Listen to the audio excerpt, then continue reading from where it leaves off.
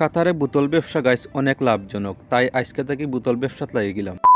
আসসালামু আলাইকুম গাইস আমরা তো বোতলও পানি খাই। পানি খাওয়ার পর হয় ডাস্টবিনও ফেলাই নাই, যে কোনো খালি জায়গাত আমরা ইটা মারি ফেলাই দেই।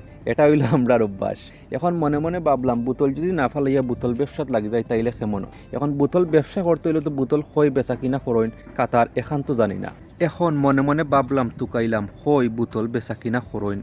এখন গাইস একখানো পাইলাম বোতল ব্যবসার জায়গা। এখন মনে মনে হয় বোতল এখন আর ফালাইতাম না, ডাস্টবিনও ফালাইতাম না, খালি জায়গাতে ফালাইতাম না। তাই ভাবলাম বোতল না ফালাইয়া গাইস এগুন জমাইয়া রাখমু আর বাদে গুণ বিক্রি করমু। বিক্রি করিয়া যাও টেকা পাই এগুনটি যে কোনো জিনিস করমু বা জেতা করি ফরের বিষয়, কিন্তু বোতল ব্যবসাত লাগিয়েতাম। আর বোতল ব্যবসা শুনছি গাইস অনেক লাভজনক ব্যবসা বলে এটা। এখন আজকে তো এই গাইস বোতল তুকাইয়া দেখতে পারডা এখন বোতল ব্যবসাত লাগি গেছি। দোয়া করবাই আশা করি যেন বোতল ব্যবসা সফল হইতে পারি। শুধু সফল না গাইস, বোতল ব্যবসা করিয়া যেন নমুজার অর্ধেক কিনতে পারি, এটাও দোয়া করবা।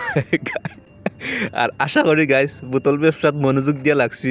আর দেখতে পারডা বোতল তুবানি আমার কি মনোযোগ দিছি বোতল ব্যবসাত।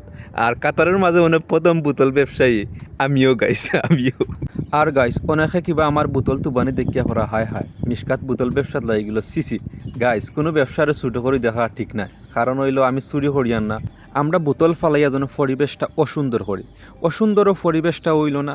বোতলও বিক্রি হইল, ঠেকাও পাইলাম, সব মন্তে গাছ লাভজনক। সো গাইস আজকের ভিডিও এই পর্যন্ত। আর আজকে বোতল বিক্রি করতাম না, বোতল গাড়ির পিছনে নিয়ে আমার রাখবো, যখন 3-4 কেস একখান হয়ে যাব তখন নিয়ে বোতল বিক্রি করবো। আর বোতল বিক্রি করিয়া গাছ বোতল কত টাকা পাইলাম আর বোতল বেচার টাকা দিয়ে কী করছি এ টু জেড গাছ জানতে পারবা যখন বোতল বিক্রি করিলাম। আর সেই পর্যন্ত গাছ অপেক্ষা করতে হইব। সো গাইস ভিডিও ভালো লাগলে লাইক কমেন্ট শেয়ার করতে ভুলবেন না। ভিডিও শেষ পর্যন্ত দেখার জন্য ধন্যবাদ। Bye bye.